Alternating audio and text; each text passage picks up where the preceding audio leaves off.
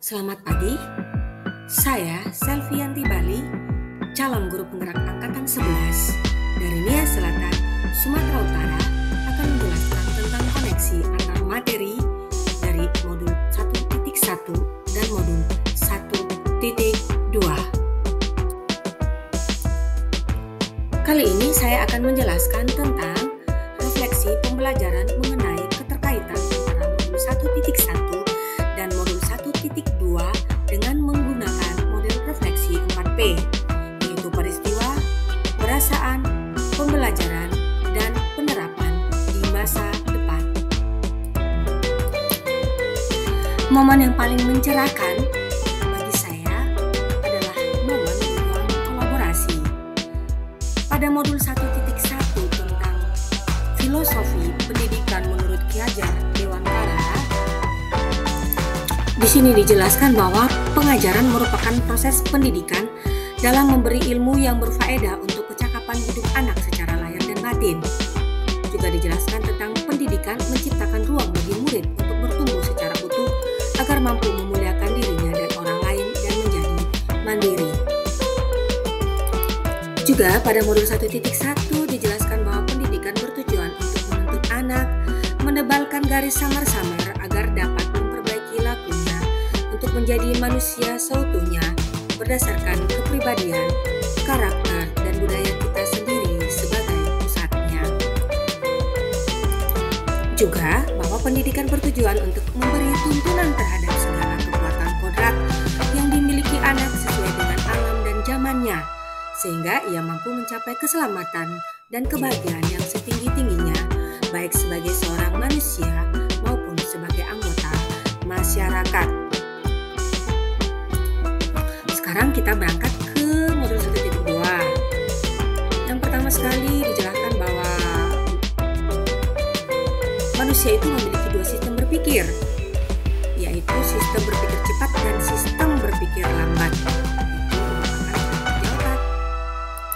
Kemudian pada modul 1.2 dijelaskan bahwa manusia memiliki 5 kebutuhan dasar, yaitu kebutuhan untuk bertahan hidup, kebutuhan untuk diterima, kebutuhan pengakuan atas kemampuan, kebutuhan akan pilihan, dan kebutuhan untuk merasa senang. Di modul 1.2 juga dikatakan Ki Hajar Dewantara bahwa anak itu memiliki periode usia dalam 3 tingkatan, yaitu wiraga, wiraga wirama, dan wirama. Wiraga yaitu usia 0-8 tahun, wiraga wirama 9-16 tahun, dan wirama itu 17-24 tahun. Antara cara kerja otak, 5 kebutuhan dasar manusia, dan tahap tumbuh kembang anak memiliki pengaruh yang saling bersinergi pada pembentukan kebiasaan dan nilai hidup manusia. Otak bekerja menekan hormon yang ada dalam diri manusia sehingga kebutuhan dasarnya muncul dalam dirinya. Pada modul 1.2 juga kita belajar tentang nilai guru penggerak, yaitu berpihak pada murid, mandiri, kolaboratif, inovatif, dan reflektif. Dan kita juga belajar tentang peran guru penggerak, yaitu menjadi pemimpin pembelajaran, menjadi coach bagi guru lain, mendorong kolaborasi, mewujudkan kepemimpinan murid, dan menggerakkan komunitas praktisi. Kaitan antara modul 1.1 dengan modul 1.2 adalah bahwa pentingnya pelaksanaan nilai dan peran guru penggerak adalah untuk mewujudkan terciptanya pemikiran Ki Hajar Dewantara tentang pendidikan, yakni pembelajaran yang berpihak pada murid serta mampu menjadi teladan dalam mewujudkan profil pelajar Pancasila yang berkebinekaan global. Oleh karena itu, nilai-nilai dan peran guru penggerak harus bersinergi dengan konsep merdeka belajar sesuai filosofi pendidikan Ki Hajar Dewantara. Perasaan saya ketika momen yang mencerahkan tersebut terjadi, saya merasa sangat kecil dan belum bisa berbuat banyak hal untuk perkembangan peserta didik saya. Ternyata hal yang terpenting dilakukan oleh seorang guru adalah menjadikan murid sebagai manusia seutuhnya yang memiliki kebutuhan dasar yang harus terpenuhi, memiliki perkembangannya sesuai dengan cara kerja otak, dan perlu dibimbing sesuai dengan kodrat alam dan kodrat zamannya.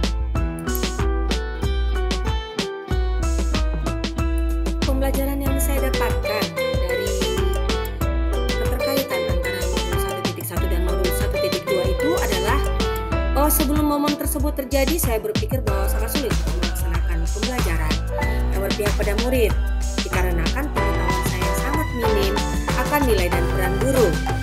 Sekarang saya berpikir bahwa saya harus lebih bersemangat lagi untuk meningkatkan nilai dan peran saya sebagai seorang guru, apalagi jika lulus sebagai guru penggerak.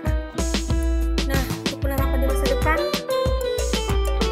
saya hanya mengambil pengembangan diri yang sederhana, konkret dan rutin yang dapat saya lakukan sendiri dari sekarang untuk membantu menguatkan nilai-nilai dan peran saya sebagai guru penggerak adalah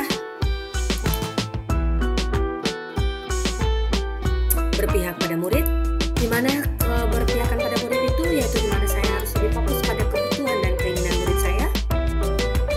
Saya harus inovatif, di mana saya harus mencari ide, metode, dan strategi pembelajaran yang menyenangkan. Saya juga harus mandiri, di mana saya harus bisa mengambil tanggung jawab dan turun tangan untuk memulai perubahan.